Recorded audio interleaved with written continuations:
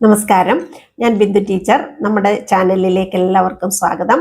High school higher secondary ക്ലാസ്സുകളിലെ മലയാള പാഠഭാഗങ്ങളുടെ വിശദീകരണവും പഠന പ്രവർത്തനങ്ങളുമാണ് നമ്മുടെ ചാനലിൽ ഉൾപ്പെടുത്തിയിട്ടുള്ളത്.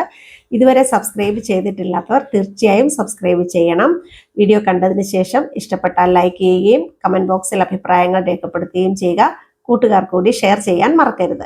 ഹയർ സെക്കൻഡറി 1ാം വർഷ മലയാള പാഠപുസ്തകത്തിലെ 3ാമത്തെ യൂണിറ്റിലെ 4ാമത്തെ പാഠഭാഗത്തിന്റെ പഠന പ്രവർത്തനങ്ങളിലേക്കാണ് നമ്മൾ ഇന്ന് കടക്കുന്നത്. ആദ്യത്തെ ചോദ്യം ഇപ്രകാരമാണ്: അപ്പുവും മധുവും ഇവരോട് ചേരാതിരിക്കാൻ എത്ര ശ്രമപ്പെട്ടാണ് നാട്ടിലേക്ക് അയച്ചതെന്ന് അവരോർത്തു. എത്ര ദുർബലയാണു താൻ, എത്ര ഹീനയാണ്. അന്ന് ഈ ജനക്കൂട്ടത്തിലേക്ക് ഓടിയിറങ്ങി എന്തുകൊണ്ട് പറഞ്ഞില്ല, ഞാനും ഇന്ത്യക്കാരിയാണ്, ഞാനും നിങ്ങളുടെ കൂടെയാണ്. ഒരേ കഥാപാത്രത്തിന്റെ ഈ വ്യത്യസ്ത നിലപാടുകൾക്ക് പിന്നിലെ യുക്തി എന്ത് എന്നാണ് ചോദ്യം. കഥാപാത്ര സൃഷ്ടിയിലും ശില്പഭംഗിയിലും അങ്ങേയറ്റം മികച്ച ഒരു നോവലാണ് അഗ്നിസാക്ഷി. നോവലിലെ വക്താവായ തങ്കം നായരും ഇതിലെ മുഖ്യ കഥാപാത്രമായ തേതി അല്ലെങ്കിൽ ദേവി ബഹനുമാണ് ഈ നോവലിൽ നിറഞ്ഞു നിൽക്കുന്നത്. ഈ തലമുറയിലെ 2 അമ്മമാരാണവർ. ദേശീയ പ്രസ്ഥാനത്തിൽ ആകൃഷ്ടയായ തേതി ഗാന്ധിജിയുടെ ശിഷ്യത്വം സ്വീകരിച്ച് ദേവി ബഹൻ എന്ന പേരിൽ സാമൂഹ്യ പ്രവർത്തനം ആരംഭിക്കുന്നു. സ്വാതന്ത്ര്യ സമരത്തിന്റെ തീച്ചൂളയിലേക്ക് അവർ നിർഭയം കടന്നു ചെല്ലുന്ന കാഴ്ചയാണ് നമുക്ക് കാണാൻ കഴിയുന്നത്. ക്ലോക്ക് ടവറിൽ ത്രിവർണ പതാക ഉയർത്തുന്നതിന് വേണ്ടി കയറിയ ആ വീരകുമാരനെ പട്ടാളക്കാർ വെടിവെച്ച് ഇടുമ്പോൾ സ്വന്തം ജീവൻ തന്നെ അവഗണിച്ചുകൊണ്ട് പട്ടാളക്കാരെ തള്ളി മാറ്റിക്കൊണ്ട് ആ കുമാരനെ എടുത്ത് മാറോട് ചേർക്കാനായിട്ട് ധൈര്യം കാണിച്ച സ്ത്രീയാണവർ. ദേവി ബഹനിൽ നിന്നും തികച്ചും വ്യത്യസ്തമായ ഒരു കഥാപാത്രമാണ് മിസ്സിസ് നായർ അല്ലെങ്കിൽ തങ്കം നായർ എന്ന് വിളിക്കുന്ന കഥാപാത്രം. സ്വാതന്ത്ര്യ സമരത്തിന്റെ തീക്ഷ്ണ നാളുകളിൽ 16 വയസ്സിന് താഴെ പ്രായമുള്ള കുട്ടികൾ ഒരുമിച്ച് ചേർന്ന് ഒരു വീര വാനര സേന രൂപീകരിക്കുകയുണ്ടായി.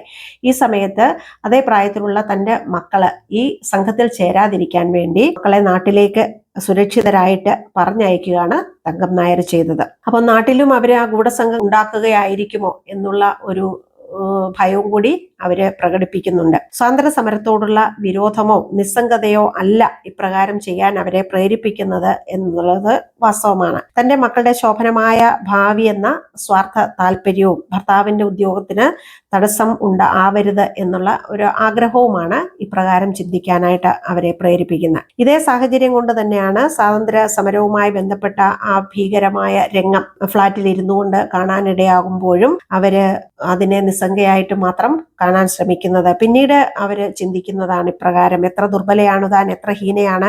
അന്ന് ജനക്കൂട്ടത്തിലേക്ക് ഓടിയിറങ്ങി എന്തുകൊണ്ടാണ് താൻ പറഞ്ഞില്ല, ഞാനും ഇന്ത്യക്കാരിയാണ്, അവൻ എന്റെയും കൂടെ മകനാണ് എന്ന് എന്തുകൊണ്ട് പറയാൻ കഴിഞ്ഞില്ല എന്നോർത്ത് ഇന്ന് അവര് ദുഃഖിക്കുന്നുണ്ട്. ഇത് സ്വാതന്ത്ര്യ സമരത്തോട് അവർക്കുണ്ടായിരുന്ന ആഭിമുഖ്യമാണ് വെളിവാകുന്നത്. അടുത്ത ചോദ്യം ഇപ്രകാരമാണ്: വിജയിയായ അഭിമന്യുവിനെ പോലെ ആ ബാലൻ നിൽക്കുകയായിരുന്നു. ഒരേ സമയത്ത് കരയുകയും ചിരിക്കുകയും ചെയ്യുന്ന ഭാരതമാതാവിനെ പോലെ ഉജ്ജ്വലയും ഗംഭീരവദനയുമായിരുന്നു ആ യുവതി. സാദൃശ്യ കൽപ്പന കൊണ്ട് കഥാസന്ദർഭത്തിന് കൈവരുന്ന മിഴിവെന്തെന്ന് വിശകലനം ചെയ്യാനാണ് പറഞ്ഞിരിക്കുന്നത്. നമുക്കറിയാം, മലയാള നോവൽ രംഗത്ത് ഒരേ ഒരു നോവൽ കണ്ടു തന്നെ പ്രശസ്തയായി തീർന്ന കഥാകാരിയാണ് ലളിതാംബിക അന്തർജനം. അത്ര മഹത്തായ ഒരു നോവലാണത്. കാവ്യാത്മകമായ സാദൃശ്യ കൽപ്പനാസാന്ദ്രമായ ഒരു ഭാഷയാണ് ആ നോവലിന്റെ ഏറ്റവും വലിയൊരു സവിശേഷത എന്ന് പറയുന്നത്. കവിതകൾ എഴുതി വാക്കുകൾ ആധിപത്യം നേടുകയും കഥകൾ എഴുതി നാടകീയ മുഹൂർത്തങ്ങളുടെ ആവിഷ്കാരങ്ങളിൽ വൈഭവം വരിക്കുകയും ചെയ്ത അന്തർജനത്തിന്റെ തൂലികയുടെ ശക്തിയാണ് നമുക്ക് യഥാർത്ഥത്തിൽ ഈ നോവലിൽ കാണാൻ കഴിയുന്നത്. വീരവാനര സേനയിലെ ഒരു ബാലൻ സമര തീച്ചൂളയ്ക്ക് നടുവിൽ ക്ലോക്ക് ടവറിൽ കയറി ത്രിവർണ പതാക ഉയർത്താൻ ശ്രമിക്കുന്ന ഒരു രംഗം അഗ്നിസാക്ഷി എന്ന നോവലിലുണ്ട്. അപ്പൊ ജീവൻ പണയം വെച്ച് ക്ലോക്ക് ടവറിന് മുകളിൽ കയറി ത്രിവർണ പതാക സ്ഥാപിക്കുന്ന ബാലനെ വിജയിയായ അഭിമന്യുവിനോടാണ് നോവലിസ്റ്റ് ഉപമിക്കുന്നത്. അതായത് കൗരവർ ചമച്ച പത്മവ്യൂഹത്തെ ഭേദിച്ച സാമാന്യമായ ധൈര്യത്തിന്റെ ഉടമയായിരുന്നു അഭിമന്യു. പക്ഷേ മഹാരഥകരായ വീരന്മാരുടെ ചതിയിൽപ്പെട്ട് ജീവൻ ഒടുക്കാനായിരുന്നു അവന്റെ വിധി. അതുപോലെ തന്നെ ഇവിടെയും ഭാരതത്തിന്റെ വീരകുമാരൻ പട്ടാളക്കാരുടെ നിർദ്ദയമായ വെടിയേറ്റ് അവന്റെ ജീവൻ വെടിയുകയാണ് ചെയ്യുന്നത്. പത്മവ്യൂഹത്തിൽ അകപ്പെട്ട ദുർമൃത്യു വരിക്കേണ്ടി വന്ന അഭിമന്യുവിനോട് സാദൃശ്യപ്പെടുത്തുന്നതിലൂടെ ആ ബാലന്റെ ധൈര്യം, അവന്റെ സൗന്ദര്യം, അവന്റെ സാഹസികത ഇതൊക്കെയും വെളിവാക്കാനായിട്ട് ഈ ഒറ്റ ഒരു ഉപമയിലൂടെ ആ നോവലിസ്റ്റിന് കഴിയുന്നുണ്ട്. പട്ടാളക്കാരുടെ വെടിയേറ്റ് വീഴുന്ന വീരകുമാരന്റെ ശരീരം വാരിയെടുക്കുന്ന ദേവി ബഹൻ എന്ന യുവതിയെ നോവലിസ്റ്റ് ഒരേ സമയം കരയുകയും ചിരിക്കുകയും ചെയ്യുന്ന ഭാരത മാതാവിനോടാണ് സാദൃശ്യപ്പെടുത്തിയിരിക്കുന്നത്. തന്റെ പാരതന്ത്ര്യത്തെ ഓർത്ത് കരയുന്ന ഭാരതമാതാവ് തനിക്ക് വേണ്ടി പൊരുതുന്ന മക്കളെ ഓർത്ത് ചിരിക്കുകയും ചെയ്യുന്നു. അപ്പൊ അത്തരത്തിൽ ഒരു മനോഭാവത്തെയാണ് ഉജ്ജ്വലയും ഗംഭീരവദനയുമായ ദേവി ബഹനും കാണിക്കുന്നത് എന്നുള്ളത് വളരെയധികം ഒരു ഭാവനയ്ക്ക് വളരെ വലിയ പ്രാധാന്യം നൽകുന്ന ഒന്ന് തന്നെയാണ്. അടുത്ത ചോദ്യം, ഒരേ കാലഘട്ടത്തിന്റെ രണ്ട് മുഖങ്ങൾ നോവൽ ഭാഗത്ത് ചിത്രീകരിക്കപ്പെടുന്നുണ്ട്. ഇവയിൽ ഏതാണ് പുതുതലമുറയ്ക്ക് സ്വീകാര്യമായി തീരുന്നത്? ചർച്ച ചെയ്യുക എന്നുള്ളതാണ് ചോദ്യം. കേരളത്തിലെ ഒരു ഗ്രാമത്തിൽ നിന്ന് ആരംഭിച്ച മഹാനഗരങ്ങളിലേക്ക് പുണ്യതീർത്ഥങ്ങളിലേക്കുമൊക്കെ എത്തി നിൽക്കുന്ന ഒരു കഥയാണ്, നോവലാണ്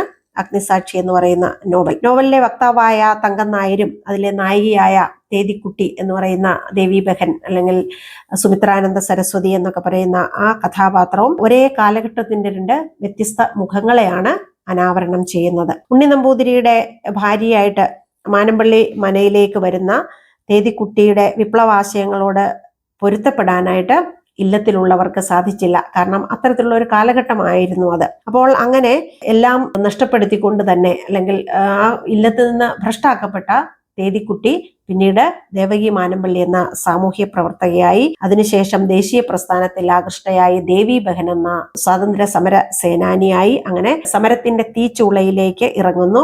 സമരത്തിന്റെ നടുവിൽ പട്ടാളക്കാരുടെ വെടിയേറ്റു വീഴുന്ന വീര വാനരസേനയിലെ ബാലന്റെ മൃതദേഹത്തിന് സ്വീകരിക്കാൻ വേണ്ടി, അല്ലെങ്കിൽ അതിനെ എടുക്കാൻ വേണ്ടിയിട്ട് പട്ടാളക്കാരുടെ കൊടിയ മർദ്ദനം വരെ ഏറ്റുവാങ്ങാൻ അവർ തയ്യാറാവുന്നുണ്ട്.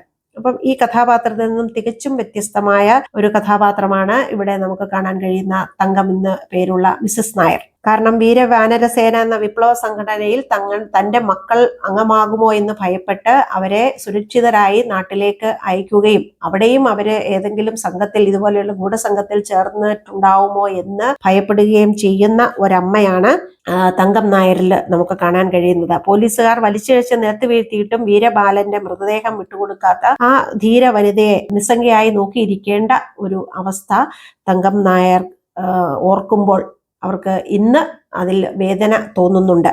മക്കളുടെയും ഭർത്താവിന്റെയും സുരക്ഷയെ കരുതി അവർക്ക് അങ്ങനെ നിസ്സഹായായി ഇരിക്കേണ്ടി വന്നു. അപ്പോൾ വളരെ പ്രായോഗികമതിയായ ഒരു ഭാര്യയെ, ഒരമ്മയെയാണ് നമുക്ക് ഈ കഥാപാത്രത്തിലൂടെ നമുക്കിവിടെ കാണാൻ കഴിയുന്നത്.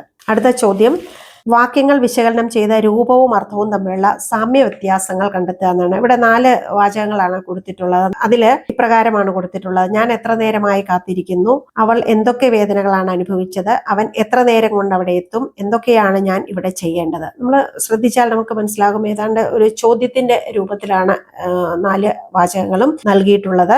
എന്നാൽ ഞാൻ എത്ര നേരമായി കാത്തിരിക്കുന്നു എന്നിടത്ത് നമുക്ക് ഒരു പ്രസ്താവനയോടാണ് അതിനെ ഉപമിക്കാൻ കഴിയുന്നത്, അല്ലെങ്കിൽ ഒരു നിർദ്ദേശകമാണത്. അവൾ എന്തൊക്കെ വേദനകളാണ് അനുഭവിച്ചത് എന്നുള്ളത്, എന്തൊക്കെ എന്നുള്ള ചോദ്യമുണ്ടെങ്കിൽ പോലും അത് ഒരു വ്യാക്ഷേപക രൂപത്തിലുള്ള ഒരു വാചകമായിട്ടാണ് നമുക്ക് കാണാൻ കഴിയുന്നത്. അവൻ എത്ര നേരം കൊണ്ട് അവിടെ എത്തും, എന്തൊക്കെയാണ് ഞാൻ അവിടെ ചെയ്യേണ്ടത്. ഇത് രണ്ടും പ്രശ്നവാക്യങ്ങൾ എന്ന് പറയുന്ന ചോദ്യ വാക്യങ്ങൾ തന്നെയാണ്. എങ്കിലും ആദ്യത്തേതില് അവൻ എന്നുള്ളതിനാണ് ഇവിടെ പ്രാധാന്യമുള്ളത്, അതായത് കർത്താവിനാണ് പ്രാധാന്യം നൽകിയിരിക്കുന്നത്. എന്തൊക്കെയാണ് ഞാൻ അവിടെ ചെയ്യേണ്ടത് എന്ന ആ വാചകത്തില് ക്രിയയ്ക്കാണ്, എന്തൊക്കെ കാര്യങ്ങളാണ് ചെയ്യേണ്ടത് എന്നുള്ളത് ആ കാര്യത്തിലാണ് പ്രാധാന്യം നൽകിയിരിക്കുന്നത്. ഇതോടുകൂടി നമ്മുടെ പഠന പ്രവർത്തനങ്ങളുടെ ചർച്ച ഇവിടെ അവസാനിക്കുകയാണ്. പുതിയ പാഠഭാഗവുമായി അടുത്ത ക്ലാസ്സിൽ നമുക്ക് വീണ്ടും കാണാം. എല്ലാവർക്കും നമസ്കാരം.